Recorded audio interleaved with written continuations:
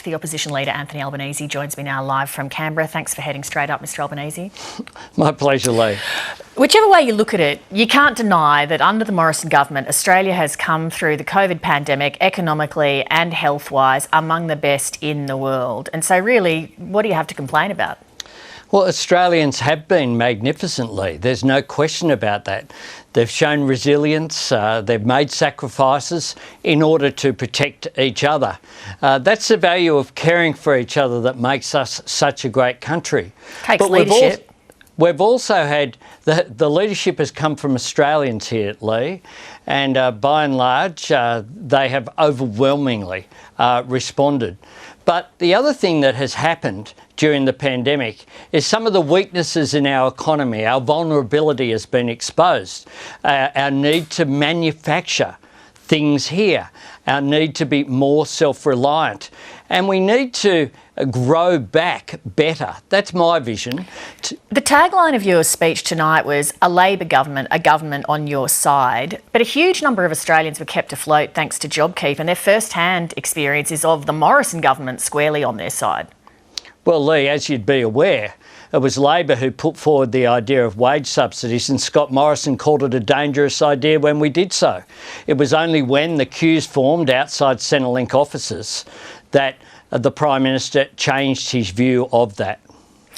In your speech, you said that in terms of quarantine and borders, locked out or locked up, it's a message that no Australian government should send to our citizens. Does that mean under Labor that you would never activate a policy that prevented Australian citizens from returning home?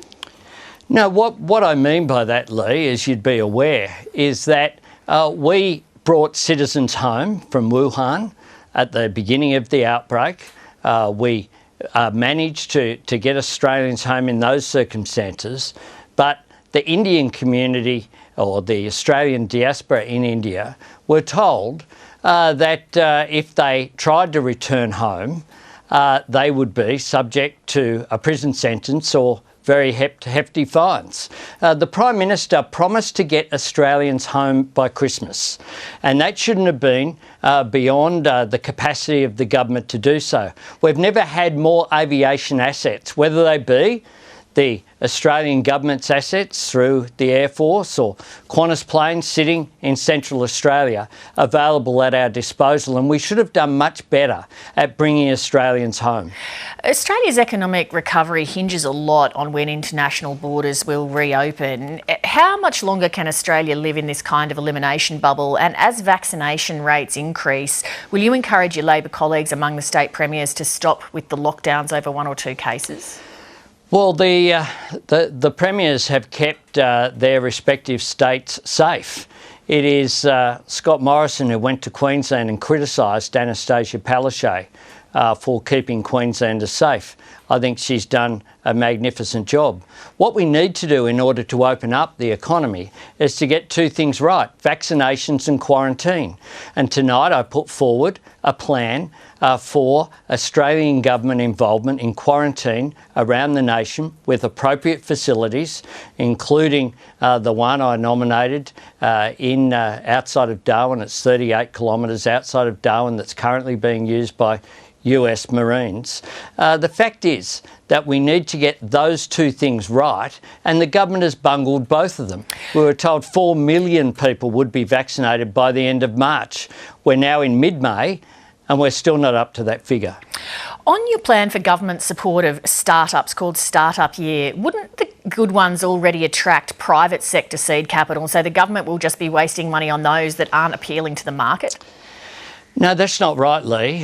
What you have in many cases is that startups haven't been able to gain capital, and that's one of the reasons why we see a whole range of Australian innovations, particularly one of the ones I used as an example was solar technology. It's Australian solar technology that is essentially powering the shift in energy grids throughout the world, but we haven't been able to benefit from it. So this is about, it's a modest scheme. It's loans of up to $12,000. That's not a lot, but it would provide real support for people to be able to commercialise those breakthroughs that come through our innovation centres. If you want innovation, why not simply direct all of the funding into universities, which are so desperately struggling at the moment? Well, this is about universities which have incubators and have these research institutes attached to them, and that's why the funding that we've said will be connected with them. But there's the next step. The universities do the research. Universities aren't, by and large, in the business of then going out and commercialising those opportunities. It's about maximising the benefit from university research. You were promising in your budget reply to lift wages, but with no real explanation of how. The previous Labor government wasn't able to do it. What would be different? Well, there are two ways that you can lift wages. One is, of course, through productivity benefits, which are then shared, and past Labor governments have been very good at that. We've seen productivity not flow through to wage increases in recent times due to changes in the nature of the workforce. And that's why we need to address that. We need to address insecurity at work, because it's insecure work that is driving down wages. And examples that I used today was about making sure that job security is recognised in the Fair Work Act, making sure that there's gender pay gap reporting for large companies. Making sure as well, I said and committed to, taking a case for aged care workers to the Fair Work Commission, looking at the historic gender pay gap which is there. Now, we did that in government for social and community service workers. That led to a pay increase of 30%, which means that those staff, those community workers, have been far more likely to be retained and to stay in those industries. At the moment, an industry like aged care, you can earn more stacking shelves than you can looking after our older and frail Australians who are aged care residents. On budget night, your Shadow Treasurer Jim Chalmers was on the program and we were talking about the size of the debt and the long-running forecast of deficits. He said the only way out of that is to honestly admit that it will require economic growth plus potentially tax increases and spending cuts. Are you going to go to the next election putting a plan to Australians about how you'd begin the debt recovery? We'll have a full economic plan at the next election. It will include all of our expenditure and revenue measures. Tonight, we have a very modest cost to the announcements that we've made, and that compares with the government's approach. If you actually have the right reforms that produce growth, rather than the 21 pots of money, slush funds with $4 billion in it, $9 billion in funds, decisions taken, not announced, this government treats taxpayers' money like its own, like it's Liberal Party money. That has to stop. What we need is investment, and we would have made investments if we were in the circumstances just as we did with the global financial crisis. The difference is, Leigh, we had a legacy.